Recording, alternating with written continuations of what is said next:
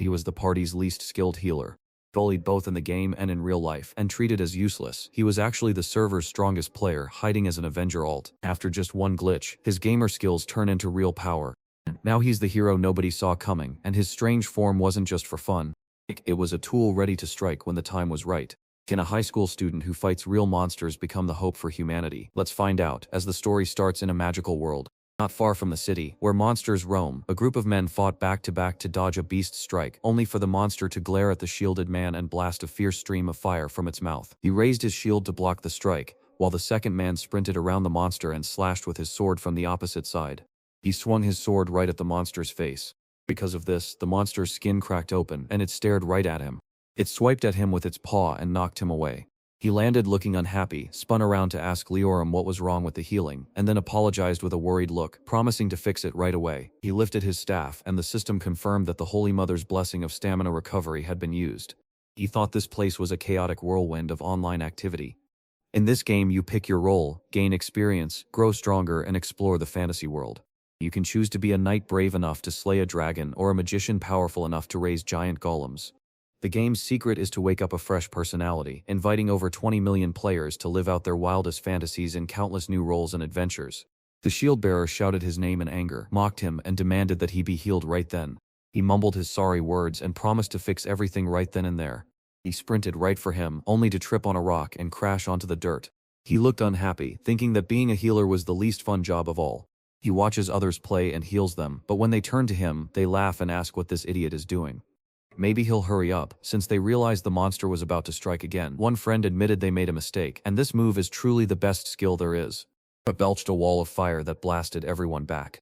The system announced that Yu Minhyo, Kim Sung-won, and Lee Oram met their end after being taken down by a high-class dragon in the pasture. The crossbowman named Bi Hyun-young, who watched them with a calm face, told them he thought they could manage it this time. He dialed the system, and instantly a notification popped up beside him. He told them all to pull back, and after agreeing, he calmly noted that this was the true level of the fool. After a while, one of them hit the MC in the face, knocking him to the ground. Someone scolded him as an idiot for failing to heal and missing the monster. Then the MC sat sadly apologizing before the group kicked him, asking if sorry was enough, until Yin-hoon finally stepped in to tell them to stop. Since they were already in the game, getting hit wouldn't hurt. He thought it over, nodded in agreement, and promised to show him up at school the next day. Around stood up, looked down with a heavy heart, and admitted that his mistake cost them the game they could have won, leaving him feeling truly sorry. He stepped up, gave him a friendly pat on the back, and reminded him that games are just for fun. Things do go wrong, and he was still nervous about what happened, so he laughed and admitted he was right. He asked anyway, wondering if he should take responsibility for his mistake even if it was just a game, so he paused, confused, and asked what he meant. He stared with a serious face, demanding 600 perfect potions by tomorrow morning, which shocked him since the price tag was over 300,000 cash, leaving him wondering how he could possibly do it alone. He pretended nothing happened, turned to his friends to check if they'd agreed to play with Shindong Hai's team, and Minhyo grinned while asking if any girls would be there. They kept talking while the main character just stood there looking completely shocked. Yoon-young spun around and called out his name. As the others logged out and promised to trust him, he made sure not to forget the 600 high-quality potions. He knows that failing to make enough potions means defeat, so when he was alone and worried about only being able to craft 300 instead of the needed 600, he summoned the system to escape his world as a healer and enter a new one where he could become a minor character instead. He gave a frown and complained that the other class made him too tired. But this was the only way to get everything done by tomorrow, and the moment the system logged him out, Minor Hero Avenger logged right back in, knowing he had to stay sharp. Feeling tired because things weren't equal, he looked different and wondered where to go next. While we were there, a team of players stood shoulder to shoulder in the deep, dark red abyss, staring right at a terrifying giant monster. The monster blasted a powerful stream of energy from its mouth, but the girl raised her shield to block the attack and shouted for everyone to hold on until their next big move, only for the beast to suddenly swing its fist down from above, catching her allies completely off guard. After the Balro attacked and killed two of our friends, the guy gripped his sword tightly with a worried face, asking if one strike could really take out two people, while the priest looked stunned and cried out that they couldn't handle it, but he rushed forward, shouting that he'd take care of it and telling her to use her resurrection power right now. She was so surprised she shouted for him to wait, and the system flashed a message that his super fast move had kicked in, making him go even faster. He sprinted straight ahead, hoping the monster would fix its eyes only on him. But this would buy them some time. He saw the monster react instantly to his moves and was already swinging its giant fist.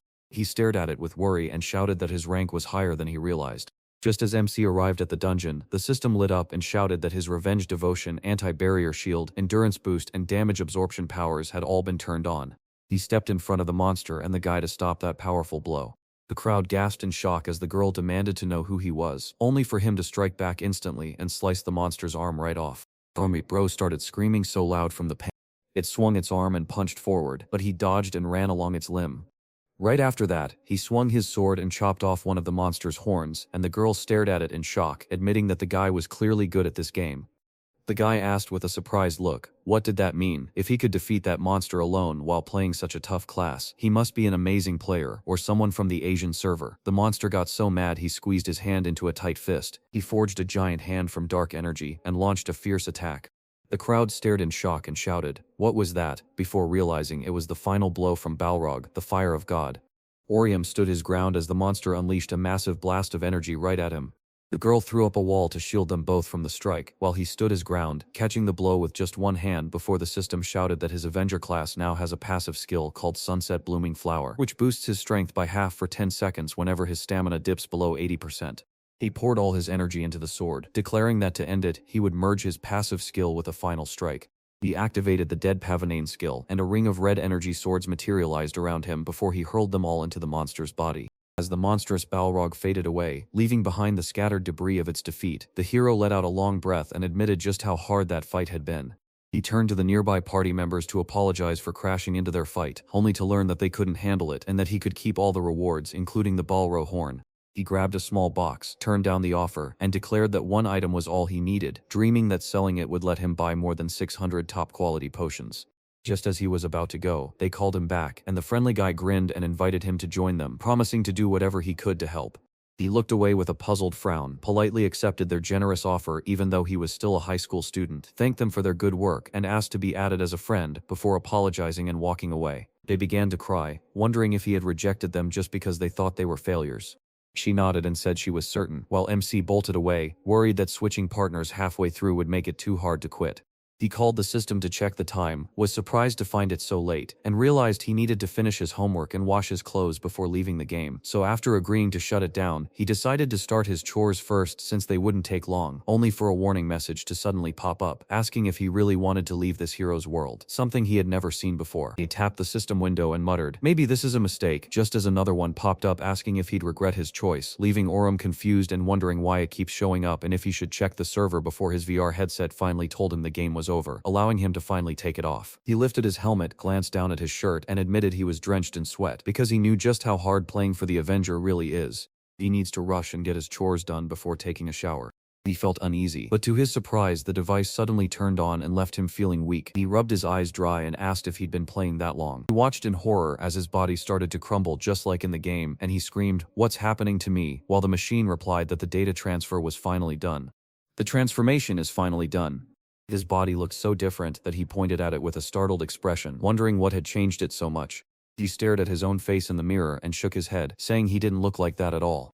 He glanced down and saw his reflection matched his game avatar perfectly, and suddenly his stomach dropped. He dropped to his knees and vomited from the shock. Then he wiped his face and asked himself what was going on. The machine by his side beeped to say the materials were 70% ready. The system reports a tiny 0.23% error rate and confirms no problems, so you're cleared to jump into missions. From this moment, he started training though he was completely confused by it. He reached for the device, puzzled by its purpose, only to find himself suddenly on the building's roof, where he spun around in shock and tried to make sense of his strange new surroundings. He wasn't supposed to be in his sister's room, so how did he end up here just as a two-armed monster leaped onto the roof beside him? He saw it, and whispered that this couldn't be real, for it was a black monster straight out of a game. He stared at it with shock on his face, and shouted loudly, asking why this creature had appeared in the real world. It opened its mouth wide and suddenly jumped towards him, attacking him and throwing him off the roof until he hit the ground far below, wondering in shock if he could possibly still be alive after falling 5 stories.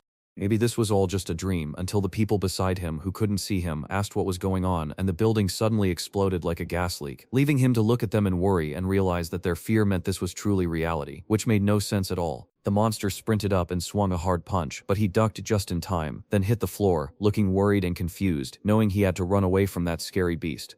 2 strangers walking by stopped and looked confused, asking what was happening. He has no idea what happened to the ground, which looks like the cement might have gotten too hot and blown up. He stared at them with worry, apologized for interrupting, and demanded to know why they weren't running from the monster that had just appeared. The crowd ignored him, keeping their eyes fixed on where the monster had struck. He yanked the guy by the shoulder and shouted that they had to run away from there right now. He felt embarrassed, turned to his companion and asked, "What was that?" pointing to an empty space beside him while saying with a worried look that he felt something touch his shoulder, only for the girl to chuckle and tease that maybe he'd had too much to drink and was seeing things.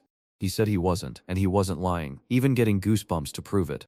Oram stared at them in shock, wondering if they couldn't see him and the monster, just as the creature gathered a blinding light around itself. He spun around in shock to see a huge beam of energy firing from the monster's mouth, but he quickly crossed his arms to stop it before the blast could hurt him. When he finally woke up, he spotted the trail the beam had left behind, along with the people standing close by. The man he touched was badly hurt and lay on the ground after the attack. The girl beside him gasped in shock as panic spread through the crowd, while he stared at the terrifying monster with wide, worried eyes, unable to speak, so he knew he had to do something and instantly sprinted away from the creature. He kept running down the streets, focusing only on staying alive. The monster moved so fast that when the man turned, the beast punched him right in the face. He was slammed backward by the hit and crashed to the ground, only for the beast to rush him and start punching him while he lay frozen, terrified that this was how he was going to die. Every time he couldn't run away, he got hit. He clenched his fists in anger, recalled his school days, and waved a hand with a frown as he shouted, "What did he do to deserve this?" before drawing a glowing circle that sent spiky energy blasts flying to stop the monster's attacks. He struck the monster with this attack and, puzzled by the sensation, asked, "Was that the same feeling as when a character uses a skill in a game? It's called red spikes." He recalled the briefing and guessed it was a defense move, just as the monster leaped back to safety and fired another energy beam at him from its mouth. He rose to the attack, and the system flashed a message that his passive skill, Sunset Blooming Flower, had just activated. He held his hand out to block the attack, and said with a surprised look that everything was going exactly as he expected. He didn't know how, but since everything hinged on that dangerous ergosphere game, he gathered all his power in his other hand. He forged his sword just like in the game, then swung it so hard it sliced right through the monster's energy beam. Once he figured it out, he stared hard at the monster that had already leaped toward him. Just as he lifted his sword, a spirit materialized at his back and whispered that he was about to unleash the ghostly death sword. The system warned him that this powerful move would drop his defense to 0 for 5 seconds, but in return his attacks would be much more likely to land a critical hit during that time. He charged forward with a fierce look, smashed the monster in one strike, then spun around in shock to wonder if that really was the end. He poked the monster with his sword to be sure it was dead and called it just a mid-level one. A little window popped up beside him, cheering him on and telling him that he had finished his training quest. MC stared at it in surprise, asking if it was the QT system since it looked just like the game, only for a notification to pop up demanding he collect his quest rewards as a selection window appeared, showing 1 point and 3 random boxes. He stared at the choices with a thoughtful look and asked if picking one of the 3 options would bring a cash reward, wondering what happened to the status points and random boxes, just as the system warned him that only 30 seconds remained before an automatic choice would be made if he didn't act fast. Then he had to start over, and worry crept in until he asked with a grave look what he should do next. In these tough moments, choosing money feels like the smartest move, especially since the system just gave him only 10 seconds left and he's terrified by the ticking clock. After giving it one last thought, he chose to let the system pick his reward and click the window, hearing the system confirm his choice right away. Now the journey home starts, and right away a beam of light from the sky grabs him and shoots him back. Oram stumbled into his room and crashed down to the floor with a loud thud. He glanced around and declared that he had made it back home. The strange noises coming from the device he'd left on the ground didn't bother him in the least. Next morning, as he made breakfast and watched the news, he realized the strange explosion near Shindibin Station and the police suspicion of extremists that day were real, not just a dream. His sister Aram came home to warn him about it. He looked at her and she told him she was exhausted. She took off her shoes, looked up with a tired smile from her night shift, and asked if anything had happened last night, but her grin vanished instantly when she saw him greeting her with a warm, "Welcome back." He set the plates on the table while she looked at him with suspicion, telling her to take a shower and eat the breakfast he'd just made, only for her to reach out in confusion and ask who he was, making him smile softly as he realized this was exactly what he had expected. He told her he was her brother and asked if she could see him, but she just stared at him with a confused face before digging through her bag, pretending to understand everything until suddenly she smiled and realized he really was her brother. She pulled out a stun gun and wondered if he thought she'd react like this, but when she lunged at him, he dodged with a look of surprise. He turned his back on her and shouted that she had to listen to him, reminding her that he really was her brother. She didn't believe him and asked loudly with a serious face, how can such a strong man be her brother? He was as weak as a kitten in the rain, and she thought that was why he looked so strange. So he told her he just woke up that way and meant every word. She looked at him with a tiny smile and asked, is that true? Before he easily dodged her clumsy stun gun attempts and claimed to know secrets like her hatred of carrots, sesame leaves, and her jaw hurting from sleeping with her teeth clenched, which led her to reluctantly go on a blind date, drink, and then complain about how awful the whole night was. She didn't believe him and told him he'd learned too much, so she held her taser on him and ordered him to keep talking. He stared down with a heavy upset face and asked, then what about this? Because his parents, whose birthdays were June 23rd and July 14th, had both died in a car crash, and he still bitterly regrets begging her to take him to the amusement park that morning and being rude when she said no. Aram stared at him closely, trying to match the man he saw now with the one he remembered from before. He whispered that it was his secret, something he would tell only her. She slowly lowered her hand to ask if it was truly him, and he nodded, admitting he didn't know what had made his body change so suddenly. She set the taser on the table, stepped closer with a worried frown, and asked where his wounds came from and if he was okay, while he replied with a confused look that he woke up like that and it didn't hurt at all. He gave her a worried look, knowing he couldn't tell her about yesterday because he didn't want her to worry. She stared at him with a serious look, grabbed the phone, and demanded they rush to the hospital immediately, leaving him so shocked he shouted for her to wait. She told him with a serious face that he needed to check his body if something like this happened, and when he asked if the doctors would believe her since she worked there herself, Aram put the phone away and said maybe she was right, but he still needed to get checked out just in case something strange had occurred. He wondered if he was sick, but with a puzzled look, he admitted he still couldn't figure it out and decided to just keep living for now. She asked, so what about school? He thought the teachers and other kids would believe he was truly there. Aram told them that if they wouldn't believe him, he'd head to the hospital for a checkup and a talk with a doctor.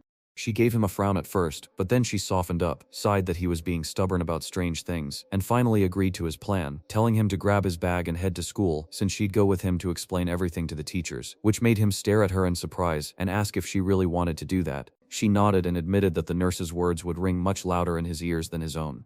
He said that even if she didn't go with him, he had a plan of his own. She grabbed the stun gun and told him to listen to her very carefully. She flicked it on with a threatening glare and demanded he either stop his whining and listen to her now or wait until the shock hit him to finally pay attention. He still said yes just to keep her from surprising him with the stun gun.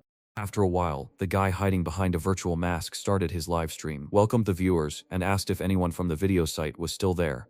The Orange Box channel returned to show us that mystical spot, Shindai Bong Street, wondering why anyone would stay there since dawn when the world around us is so chaotic and foolish to ignore the news. They knew about the strange explosion here, but should he tell them the truth that it came from magic and might be the start of the end of the world? They wonder if he's overreacting, but he actually enjoys their objections, just like Kim Shual, a student who was walking home, gazing at the stream and noting the distance, thinking maybe she should check it out later.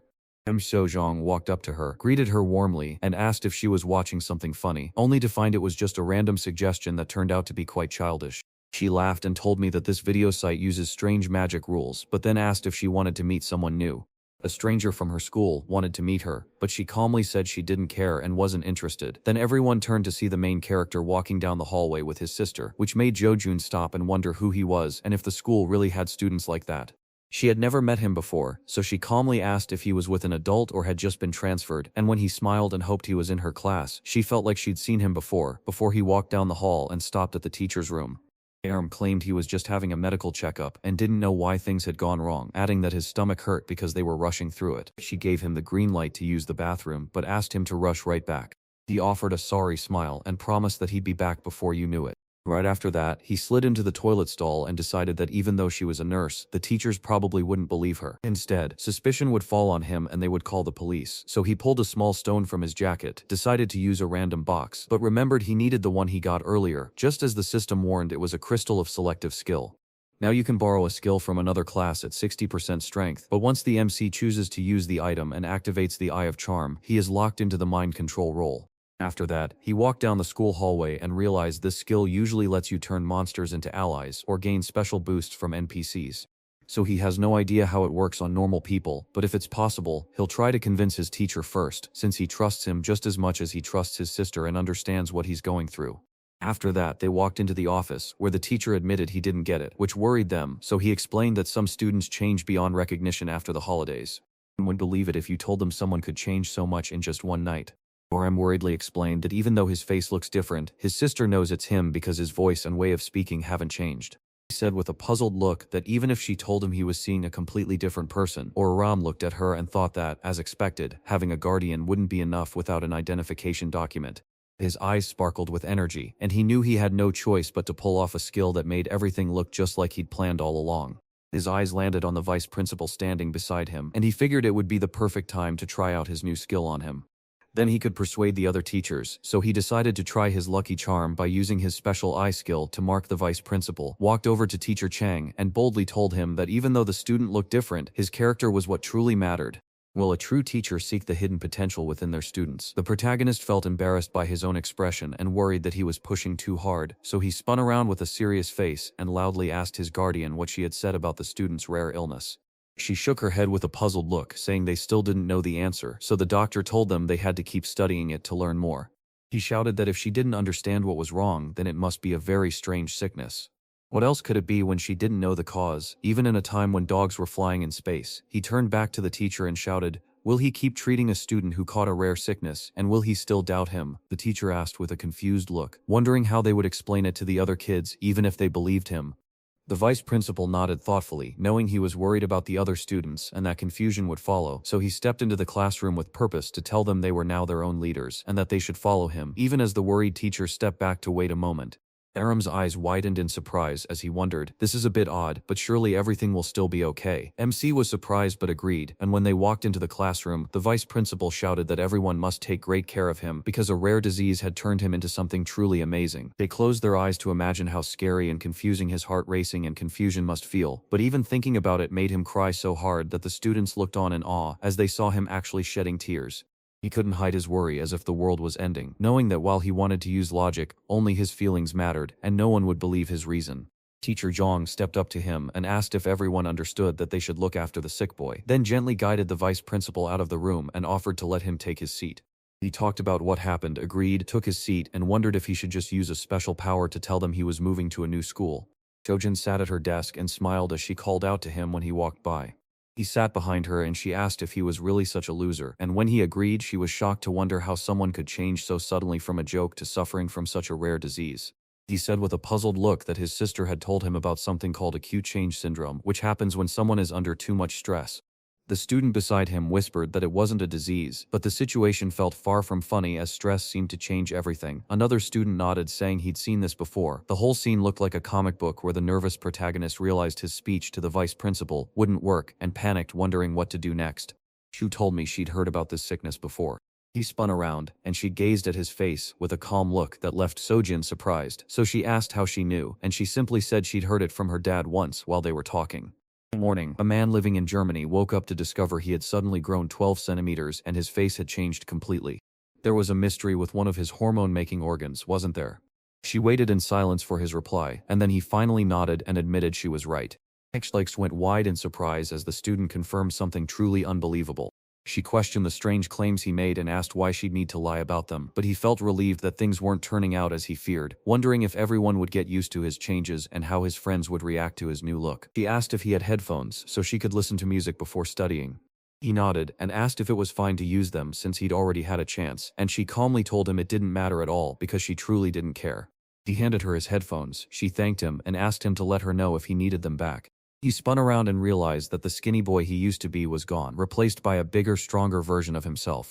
Eventually, Yunyong and the others stopped troubling him. And instead, things will surely change, and like everyone else, he'll make friends and go to school. With this new body, he can truly make things happen and even meet those 3 friends in the school bathroom. He stared at them with deep worry, his mind racing with thoughts. Even though he's sure he's safe, he can't move a muscle and is still trembling like he's about to be attacked. Mino couldn't help but laugh when he realized how the serum had changed him, so he called Sanan and told him to give him the same treatment he gave before. He wanted to test his new body, so with a mischievous grin, he flexed his fist and asked if he should go for it, then crept up behind Om to squeeze him in a chokehold. He shouted that he had to break free from his grip. If his new body lets him, he should give it a shot. After school ended, he quickly packed his bag and felt relieved that nothing bad had happened. It would be a dream come true if tomorrow were just like today, especially since he had to text his sister to calm her worries after a long day, but then Sojun appeared behind him to ask if they could head home a bit later instead of right away. She grinned and said this was great news, because they were going to take a short break before heading to the academy.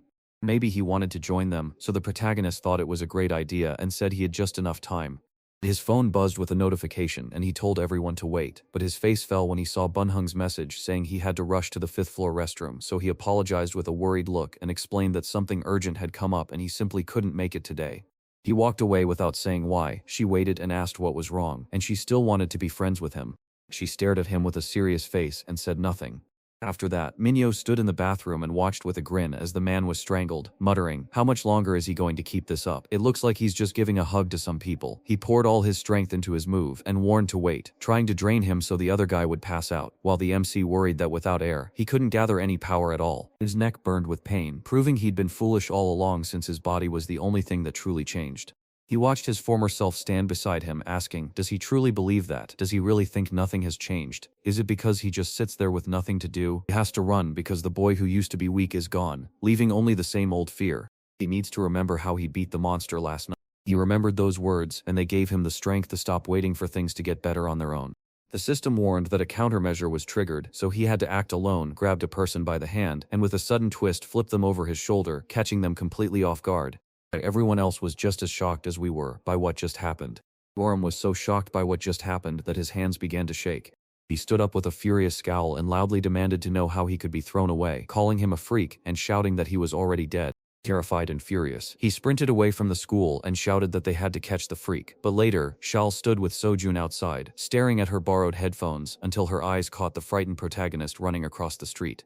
He sprinted into the alley, his face twisted in fear as he realized he couldn't fight the three of them, and a giant snake seemed to be chasing him again as he glanced back. Because of this, he missed a tiny ledge, tripped, and crashed to the ground. He struggled to rise, realizing with a jolt that he was truly terrified. The students caught up with him, shouting his name, but Minho just smiled and said the crazy guy was making him sweat for no reason. Someone stared at him with such fury that they kicked him hard in the face, threw him down, shouted that he was a freak, and demanded he let go, yet he kept running away. It feels like he has to turn him into a good person. He stepped right up to him and began hurling a flurry of rapid punches with his fists. He tried to hide behind his hands and squeezed his eyes shut in fear, while Minho stared at the freak with a scowl, telling him that changing his body just a little doesn't make him anyone special, because he's still just a loser. MC cracked his eyes open, mustered the courage to use a skill, and tried to run, but nothing changed. She walked over and smashed a glass bottle to make them notice her. They all stopped what they were doing and turned to stare at her. She wondered why they wouldn't just leave it as it is, since the loud noise was making her feel like she'd get a migraine, not to mention she still had plans to hang out with that guy. Maybe they'll let him go and stay out of her way. Sun marched toward her looking annoyed and demanded to know who she was. Minho turned to him and revealed she was the daughter of a pharmaceutical company boss and the school's richest kid, which only made him angrier as he questioned her, while she remained unfazed, insisting she'd only get involved once she knew the full story. She felt she had the right to interrupt their talk, even though she secretly wanted to be beaten half to death. She met his gaze with a steady look and asked him to step back 5 paces. She pinched her nose and muttered that his terrible smell felt like it was making her nose rot. She insulted him, making him so furious that he swung his fist and shouted a loud insult right back at her. Orem stood up, his face full of worry as the part of him from the past stepped behind him and asked if he knew what to do next. There was no reason to be scared or run. He couldn't heal people like he used to. I shouted to make him stop, but he sprinted straight at someone and punched them right in the face. The punch knocked him off his feet and sent him crashing to the ground. He spoke with a serious face, telling them to stop right now and calling the other man a thug who needed to end it immediately, while Minho looked on with a frown, muttering that this crazy fool had clearly gone mad from some kind of sickness. After the final punch, the man stood up, called out my name, and asked if I looked like I wanted to quit, but I just shrugged off my jacket, admitted I'd fallen earlier, and warned that I would be his opponent one day, telling him to clench his teeth harder or he'd be dead, so he screamed that I was a freak, stepped right up, and knocked me out with a brutal punch. He kept launching rapid punches that the protagonist blocked, only for the attacker to circle around and slam into his side. Minho smirked and shouted that this guy just barks without biting and can't even defend himself. Then he stopped blocking, swung his hand, and activated his damage-absorbing skill. He grabbed his own fist with his hand, looking very serious. He waved his free hand, grimly declaring the damage absorbed, before instantly punching his own stomach with all his might. Glowing fists of energy sprang up beside him, and the system flashed a warning that the Indictive Flower skill trades his health to land multiple hits. He started throwing a fast stream of punches with his fist. After landing a flurry of punches, he leaped into the air and struck his opponent hard in the neck, sending them crashing to the floor unconscious from the blow. He wasn't able to settle down even after that. He grabbed him by his clothes and swung his fist to attack. However, he stopped because she called his name. He turned to her and told her to stop, his hand dripping with blood. He glanced down at his hand and then released his opponent. She stepped up to him, handed him his briefcase, and said they had to leave because he was done with them, so he nodded and started to go until Minyo shouted where he was going and charged at him with his stick. He screamed in a furious rage that he was going to kill him. MC stared at him with worry in her eyes, yet she poured so much energy into her move that he stumbled right over her. He crashed to the floor and let go of his stick. He was shocked when she calmly called him an idiot and told him to leave, while Minyo shook with fury and insulted her until they finally stopped at another spot where Shell bandaged his face, explained it was just first aid and they needed to go to a hospital later, and he agreed to go. She snapped a picture of him, told him his face was ruined, and made him look at it himself, leaving him shocked and admitting it was pretty bad. She promised to mail him the picture so he could hold on to it as a keepsake. He looked at her with a puzzled expression, called her by her name, and thanked her for her help. She stared at her phone and claimed she couldn't remember ever handing him any money. He told her he was grateful for a few things and for her help earlier. She smiled calmly and told him that letting her borrow his headphones was enough payment for it. So it was decided, for he picked it up and gave his word. She suddenly remembered something and said she had to head out because it was getting late. She wanted to talk to him about something important, but she decided to save it for tomorrow when Orom asked if there was anything on her mind. She nodded, admitting it wasn't something to rush, so she chose to hold off and tackle it later. She asked if they could eat together tomorrow, and he nodded with a puzzled look to say yes. She walked away, waved a quick goodbye, and promised to meet him again tomorrow. He turned his head and wondered what she wanted to talk to him about when they were alone. Maybe he was just wondering why his body was changing. Since she's the daughter of a big medicine company boss, she might want to work on creating new cures or maybe do something completely different. He froze in shock as a system window suddenly popped up right before his eyes. They announced the subjugation quest would begin in 5 minutes, but did he accept the challenge? He remembered what happened to him earlier and wondered if this was the same moment from yesterday, when he had to fight the monster. Of course, he said no, because who would ever want to do that again? He pressed the button, only for the system to scream that anyone with penalty points is forced to accept every quest. The protagonist was so angry about this that he demanded to know when he was going to rack up penalty points. The system announced that he has accumulated 400 penalty points so far, because using a skill on ordinary people costs 100 points each time. Using a special ability to hurt a normal person cost 100 points, and that power was used 3 times. As punishment, he was magically ripped away and dumped into a tiny river, right at the site of a deadly mission worth 400 penalty points.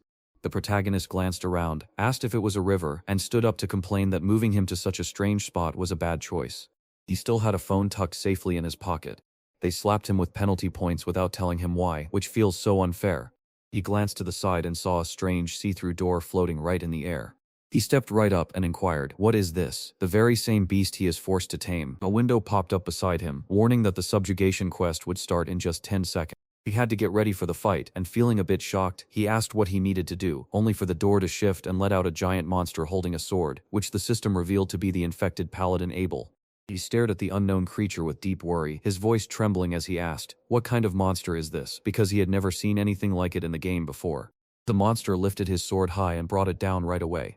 He blocked the monster's fierce attack and realized that even though he didn't know its name, he knew for sure the sword was its main weapon. He suddenly got a new idea, so he shoved his hand away, jumped back and slashed with his sword. The blow barely hurt Abel, and he figured he could easily take down this monster. Unlike the strange, jerky moves of beast monsters, humanoid foes are simple to read, so he keeps using his powers to easily defeat them. He was shocked to feel his sword arm go numb and shake as the monster swung it again with a mighty blow. The attack slipped past MC, and he sensed something was dulling his mind.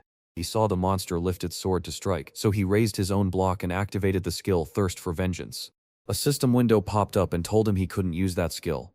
He was shocked and asked why he couldn't use his skill, but even as the monster struck, he managed to leap back. The blow barely brushed his head, making him worry that his reflexes were slowing down and he could no longer use his skill. Could it be paralysis? He stood up and realized the monster's usual attacks must have that numbing effect. Usually the paralysis sign shows up in the game, so he didn't notice it right away. He's stuck because the monster's slow hits are easy to dodge, so just stay calm. Remember how the Avengers combine their skills to win and subdue the beast like you would in the game. When you get hit, you need to keep running away for a long time because staying safe is always better. Abel drove his sword into the dirt and a glowing magic circle appeared around it. Orom's eyes went wide with shock at what just unfolded. The trick worked instantly, and he suddenly couldn't see a thing. He leaped back, unsure if that blinding light was a trap, so he turned to run and wait for his sight to return, only for a monster to burst forward and slam a heavy fist into his side. He was tossed back onto the shore and stood there wondering what to do next. Luckily his sight was coming back, but he couldn't strike because the blow had left him paralyzed, so he desperately needed a healer. Yet as he recalled this, he sprinted forward, swung his sword, and kept going, deciding that without a healer, he'd have to use a training reward item to cure his paralysis. So he shouted to the system to open all his remaining random boxes right now. It said yes and declared that it would start opening random boxes. He was convinced that he didn't care if he missed out on that rare item. All he prayed for was to find something that actually worked. The system announced he earned a golden branch that looks beautiful, delights the crows, smells like a gem, and might even look great in the bathroom. He read it with a frown and muttered that it was no good at all. The monster lunged and smashed him so hard he flew backward, tumbling to the ground where he spotted a golden branch and a midnight tier item among the dropped loot. He added it to his list and decided that, even though it seemed random, there was simply too much of it. He blocked another monster attack, realizing his paralysis was stacking up, leaving him with no choice but to defend himself and wonder what to do next. If we keep going like this, we'll end up dead. I wish there was a shop in the game where we could buy things. He recalled the system's warning, looked serious, and said he needed to summon the crows with the golden branch and open the battle preparation page. It agreed and brought the golden branch to life. Right after that, crows showed up all around Abel and started pecking at him. So he began swinging his sword to push them away. MC pulled out a small potion, and the system told him he'd just swapped a midnight tier item for a paralysis cure on his battle prep page. He took his medicine, then a monster sprinted up and swung a sword, but he dodged and raced right behind it. The monster faced him, and with a grave look, he declared that his attacks would finally miss. Finally, he gathered enough power to unleash his ultimate attack, summoning a storm of energy swords that he hurled at his foe. Abel let out a loud scream of pain and crashed to the ground from the attack. He panted from exhaustion and claimed he had finally. He was certain he'd die in the game unless he spotted the battle prep page, so he called the system to make the reward page appear faster so he could finally rest. He nodded and warned that the reward page would open up. Orome stretched his shoulders, hoping this time he wouldn't be picked by a random box. Suddenly, another window popped up to tell him that someone else had just logged in. He was caught off guard, asking what this meant and if others were on quests, only to be suddenly struck from behind by a man named Hong Kiho, who swung his scythe with a powerful hit. He was shocked when the protagonist used magic to block the attack, and the system announced that the anti-revenge barrier was active before he struck back and threw his opponent away. He stared at the other man with wide eyes, puzzled by why he had suddenly attacked him. He might look like a human, but he was wrong, so maybe he's a monster after all. He stared at him, recalled the chaos, and declared that his masterful moves proved he belonged to the Avenger class. He sprinted toward him, swung his scythe, and shouted that this class was trash. As they closed in, they started fighting at breakneck speed, with him slashing his blade to block a blow, while shouting in confusion about why he was attacking him. Joe admitted he never thought about why they hunted in the game until a tall spirit with a giant scythe stepped out from behind him, and the system announced that he had just awakened the Black Reaper skill. A sharp blade flashed out and cut deep into MC's shoulder, leaving him badly hurt. He lifted his head and saw an opponent leaping at him, realizing just how fast he was. She stood close and unleashed the labyrinth with no exit, causing a magical wall to erupt between them and block the attack, forcing him to leap back in shock as he realized this was a top-tier defense skill belonging to the labyrinth master. She stepped closer and told him that since he'd been listening to music, she wouldn't help him this time, so he'd have to treat her to lunch tomorrow by buying her the most delicious strawberry milk in the world. She said she'd talk to him later.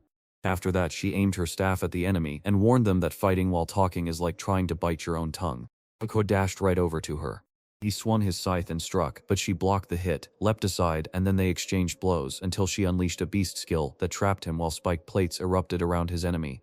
He used his ghost-walking skill just as the trap slammed shut, and while the MC cheered in amazement, Shu knew it was far too early to celebrate.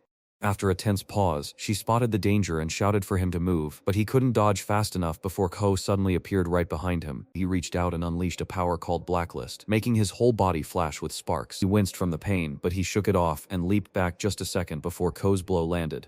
After that, he checked his body and shouted that nothing had changed. She shouted loudly, telling him to hurry up and open the rewards page to pick something. The clock stops ticking when someone else steps in to mess with your reward choice.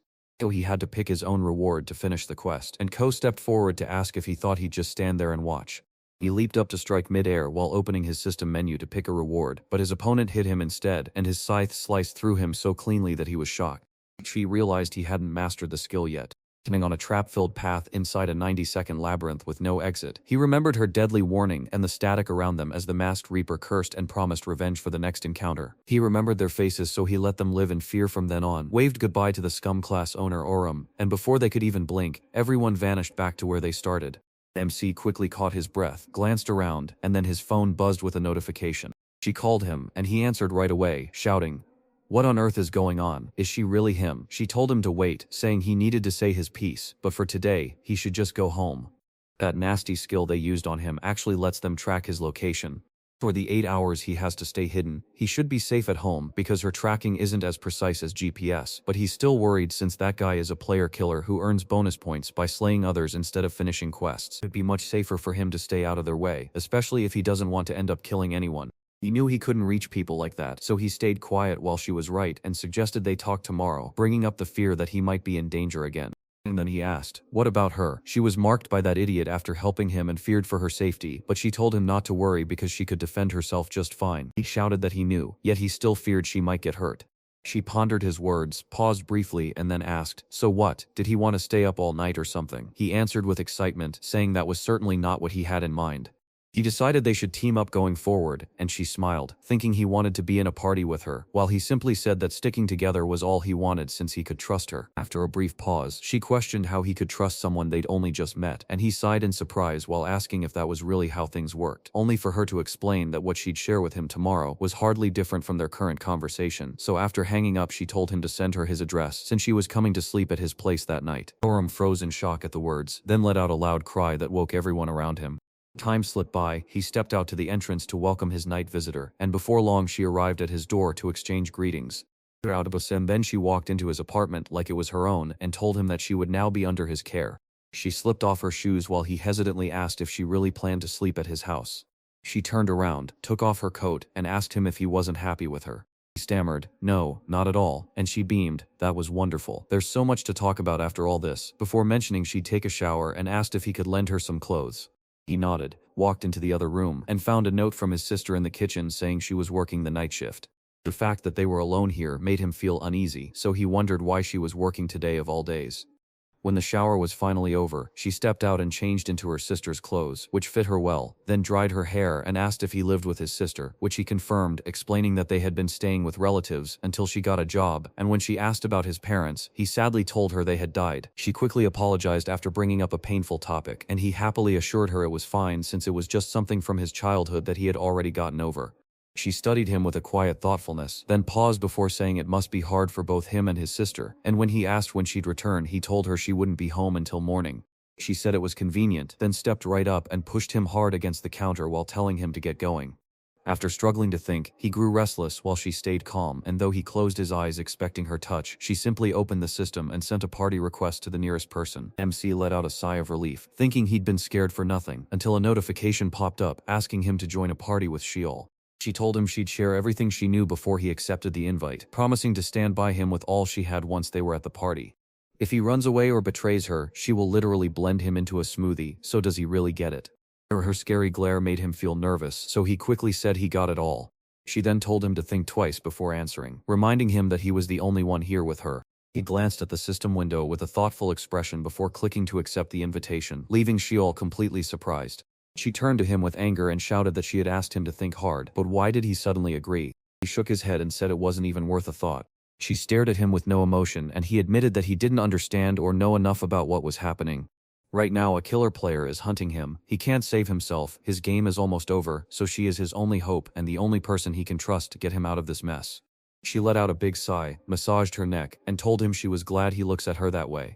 She roughly grabbed his clothes and pulled him close, leaving him confused as she complained about his cockiness, walked away, and admitted she felt silly for taking things so seriously. But he knew exactly how she felt because he had put himself in her shoes. She insisted it was best to quit this pointless arguing and start planning their next move. He asked if they needed it to take down the player killer. She pulled up the system window to explain that while one reason mattered, this was far more important, so she moved the notification aside, opened it to reveal a huge event looming on the horizon with a date nobody knew. And they stepped up to compete in the event, plotting their moves to steal the top spot. Fans were shocked by this. While down in the dungeon, a group of players ran into a boss that looked like a giant monster with the head of an old man and a horse. The guy turned so nervous he announced they were done, even though the King of Death himself had shown up among the undead. He looked at the archer and urged him to run now, before the undead dragged them away. Unhung whispered to himself that he was just trash, but the guy didn't hear him, so Unhung pulled out a crossbow and the monsters, sensing a threat, lunged at him. Just before firing, he called Orem a loser, then unleashed a Dragon Slayer skill that made his crossbow grow and shoot a giant arrow that cleared out every undead and killed their king, leaving all the other players shocked. Myung climbed the towering mountain built from monster corpses and whispered to Oram that true losers should just crawl on the ground. Then the system announced that he had grown from an archer into an executioner. While MC was just hearing about the horizon, he asked everyone what would happen at the event. The girl shook her head, admitting she knew nothing but that the lucky first-place winner would walk away with 20 billion plus a magic wish to make come true. He was shocked by the reward and told her to wait. Doesn't she think that believing a wish would come true sounds like a scam? She admitted that at first she thought 20 billion was an impossible and absurd number, but then asked him to reconsider based on their own experiences.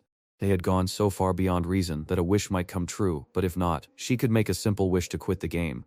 He pondered her words and asked where she got the info, and she said she got an invite letter after finishing 10 quests.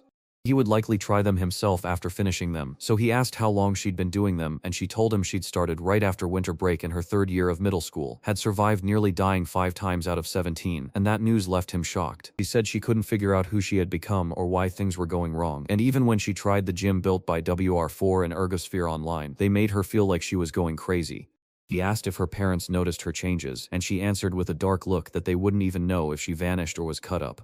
He didn't understand her joke, and when she smiled and said she was already pretty and hadn't changed much, except for her hair color, he got so excited, he yelled that becoming taller made the Avenger class way better, so he had changed a lot. She teased him by asking if his face really affected his stats, and he grumbled that it hadn't changed much either, just as a loud crash hit the front door. They spun around right away, and MC, moving carefully, wondered if it might be a player killer, though she only hoped it was just noise, so she used her special ability to peek and check it out anyway. She drew out her staff, and he watched her every move. She used the Labyrinth Watchtower skill to lift her staff high, and suddenly a huge tower rose up on the roof. Once she was done, she said the plan would work, giving her the power to spot enemies the moment they try to sneak in. He asked if anyone would spot her secret power inside the building, only to learn it was invisible to human eyes and completely undetectable by even a Reaper. He chose to believe her and rubbed his hurt shoulder, which didn't go unnoticed by the girl who called out with a straight face, telling him to hold his torso steady. He was shocked by her request to treat his shoulder injury strategically, but once he realized she only wanted to help, he calmed down and asked why he needed to take off his coat. She flashed her eyes and said she just wanted to make golden impressions of what she saw, causing him to shout, "What's wrong with her?" before she ordered him to calm down and take off his clothes, but when he refused, she started undressing him herself, then took out her staff and stood behind him, telling him not to move until she was done. "This trick won't work if he moves."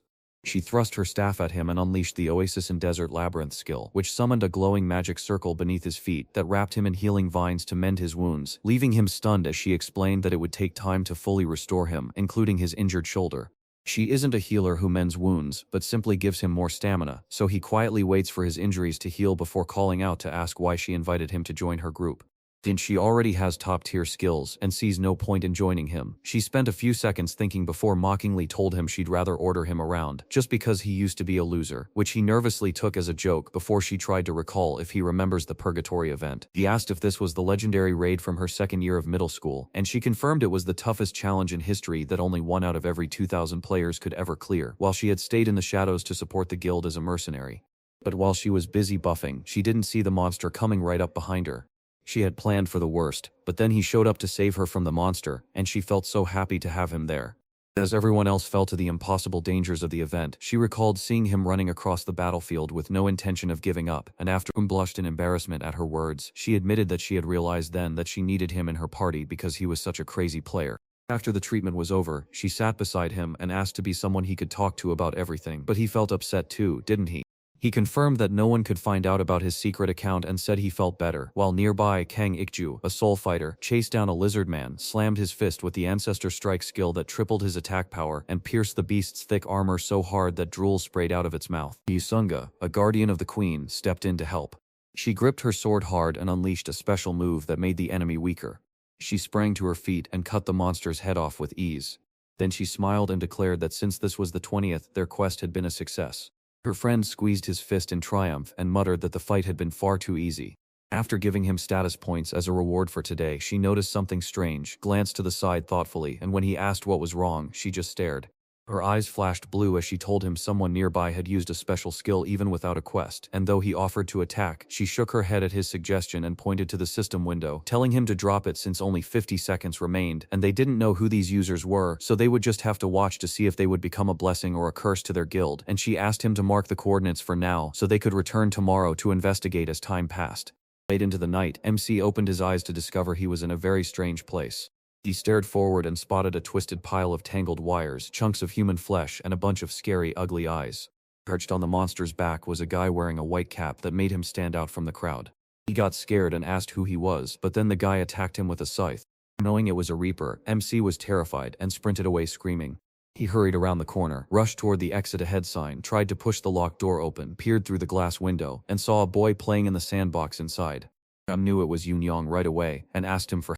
Trapped behind a locked door, he begged for help and even punched it while shouting about their childhood friendship. But when the boy finally stood up, his face twisted into a scary grimace as he asked with anger, "Who do you think is my friend here?" From this terrifying sight, the MC jolted awake with tears streaming down his face and his body soaked in sweat. After catching his breath, he sat up and clutched his head, realizing it was just a dream, until Shiel's voice broke his thoughts by asking if he'd had a nightmare, only for him to glance over and see she had been sleeping right beside him the whole time. She sighed with a puzzled look as he told her she'd surprised him by being in his sister's room instead of sleeping there. She told him that she simply couldn't sleep in his bed. She then asked if his dream was scary or just something interesting.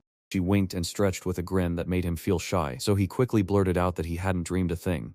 After that they headed to school, and she declared that she would choose the quests as they discussed, so he needed to start mastering new skills to face any enemy that comes their way. He agreed, and she warned him not to risk the small reward by using his special skills since penalties would cost them dearly, but then he remembered that the money he had picked out as his prize last night had vanished.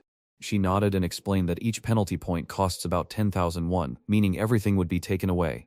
If he joined the penalty quest, she'd have to go too, which made her even angrier, and when he said he understood everything, she wasn't sure what to do next. From now on, he promised not to use his powers unless he had to, and she smiled at his quick answers before waving goodbye and heading home to freshen up. He told her to wait and mentioned he'd been thinking about something since yesterday, then asked what she would wish for if she won the event.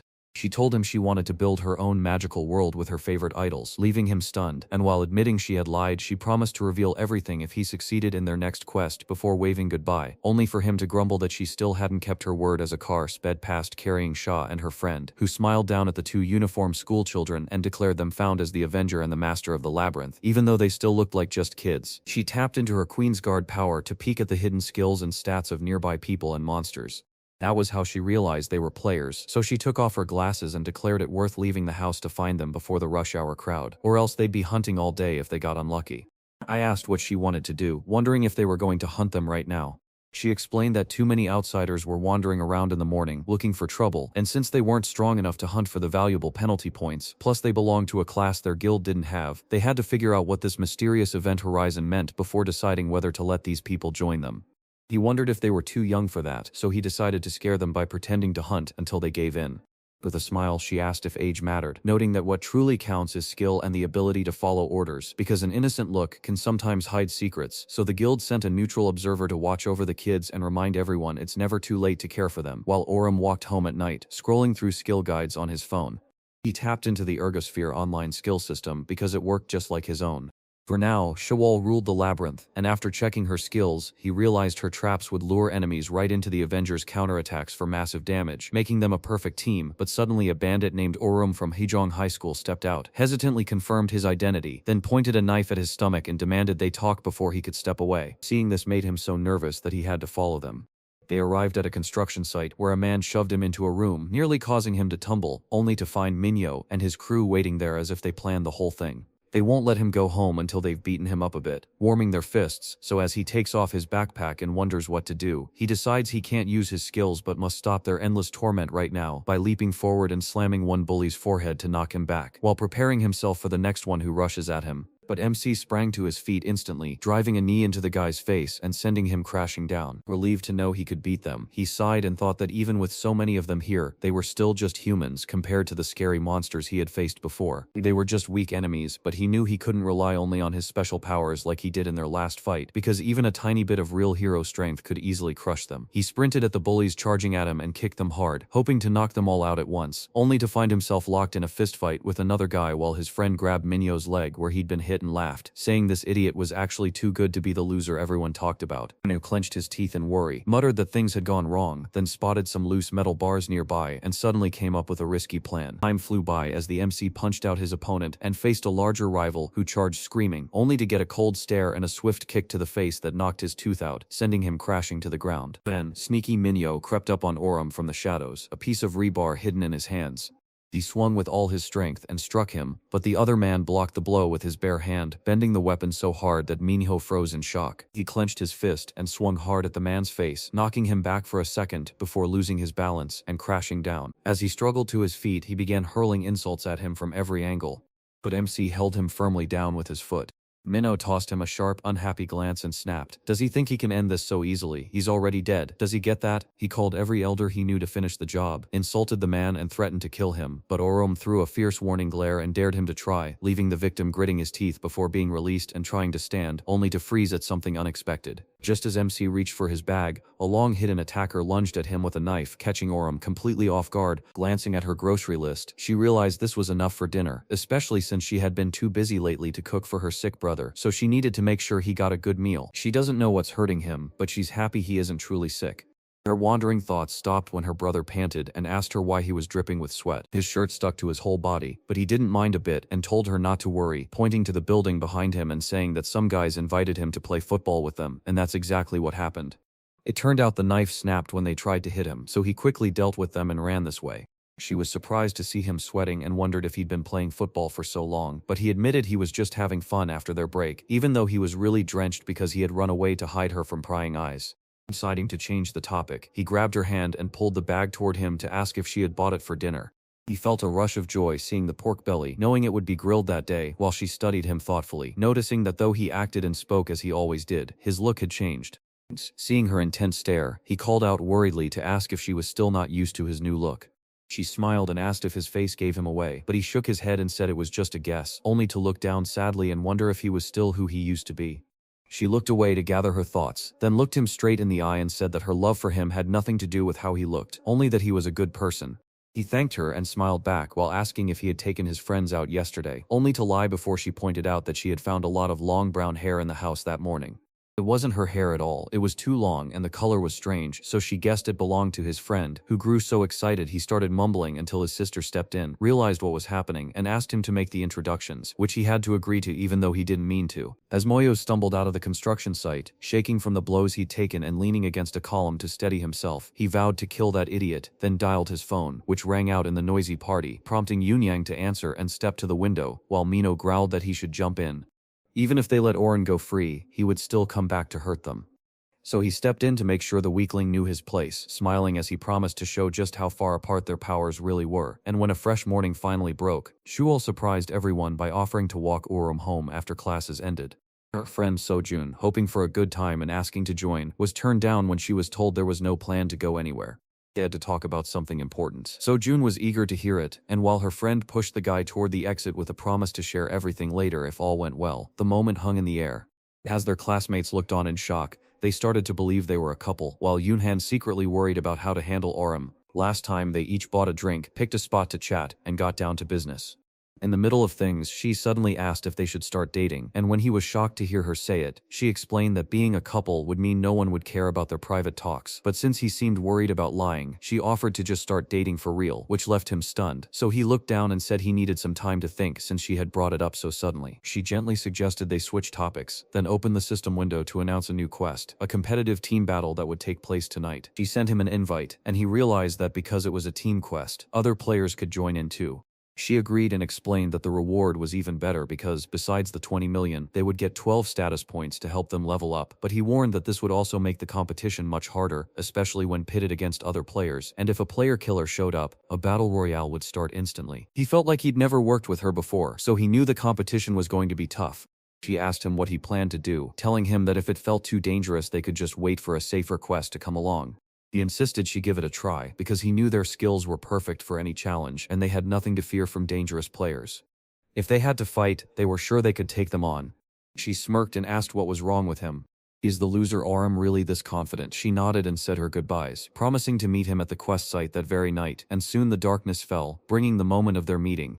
MC stood on the building's roof and looked out over the city. Shu stepped up beside him to ask how much he liked the place and what he knew about it. Because knowing the layout would give them a big advantage, he admitted the area was completely new to him and that he was looking around for that strange rectangular door where the monster had appeared, hoping it would help them find an easy path, though she still didn't quite see what door he meant. She said she'd never seen anything like it, so he scratched his head in confusion and wondered why the monsters didn't just come right out of that door. Suddenly, a system window popped up to tell them the quest would start in 1 minute and they needed to get ready for battle. She suggested they talk about it later, so now they must finish the quest. She told the system to open the battle prep page, and a list of items popped up as she grabbed all the healing stuff first, then paused to wonder if she should spend any points on boosting her attacks. She asked Uram if he needed anything, reminding him he could only buy things here before the quest started, and promising to pay. He grinned and asked her to buy him a potion to heal his wounds and make him faster. She agreed and sent the items to him, giving him 2 panaceas that instantly heal his defense and stamina, plus a hunting hawk feather that makes him move 4 times faster for 5 seconds. She told him it cost too much, so he promised to treat her to strawberry milk and a snack tomorrow, and he agreed right away. After the system announced that a minute had gone by, the adventure officially kicked off. Right after that message, a giant monster swooped overhead, sending them into a panic. Everyone knows this speedy beast, the nimble wolf named Vaham. This gentle tribal god won't strike first, but if you attack him, he'll instantly hurl you into pieces. Shawal urged them to rush and catch up to him right now, because if they moved fast, they'd be the very first. He tells her to stay put, warning that if things go wrong, he might have to drag them all across the city. He paused for a moment before Ben spoke up, suggesting they set a trap by having her hide in a dead end while he lured the wolf right to her. She realized he was just the bait, and wondered if taking that risk was too dangerous. He confidently told her that he is ready. Besides, the Avenger becomes stronger when they are attacked. He took out his sword and told her to let him know,